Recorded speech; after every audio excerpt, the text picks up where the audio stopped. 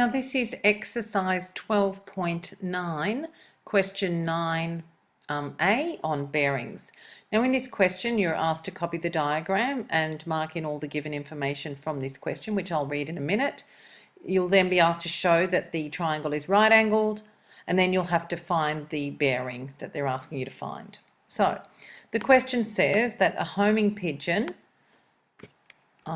that's pigeons that fly home, okay?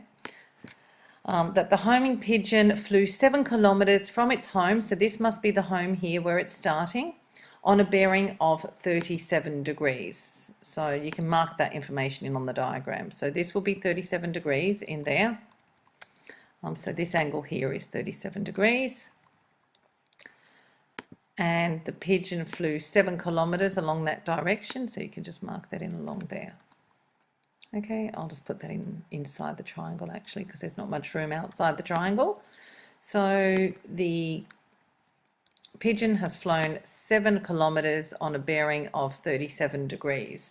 After a short rest, the pigeon then flew 16 kilometres, so the pigeon's up here now.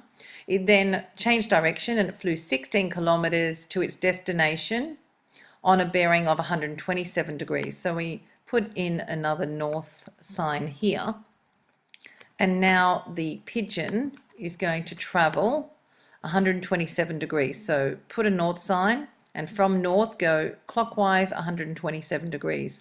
So this angle in here is 127 degrees, so I'll mark that in there. I'll just put a little arc with it.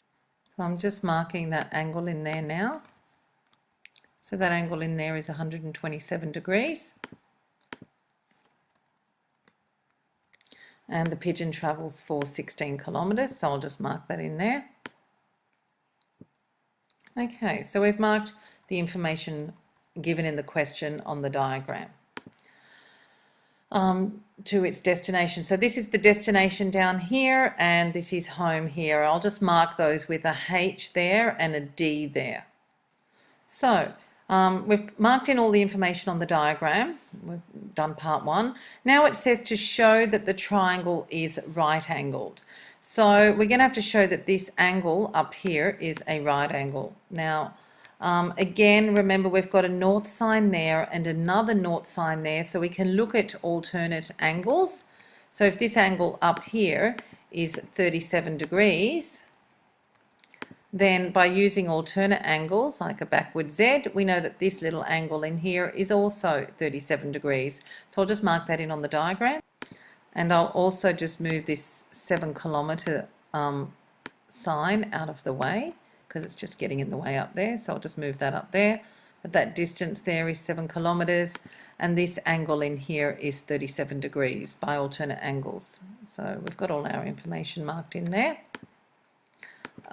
We have to show that this is 90 degrees, remember?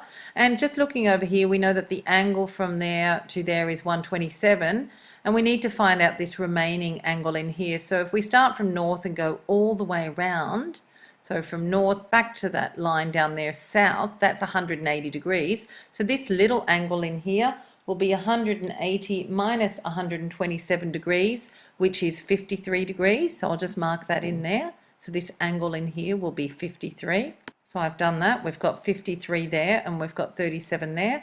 Now if we add 37 and 53 together, and I'll just do that over here. So 53 plus 37, we know that that equals 90 degrees. And hence we've shown that this angle in here is 90 degrees. So I can just put a little right angle in there on the diagram.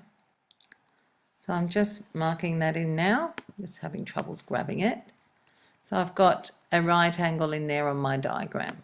Okay, so now we can use right angle trigonometry. So I've put that right angle in there. So it then says find the bearing of the pigeon from its home. Now the pigeon is down here, that's the destination.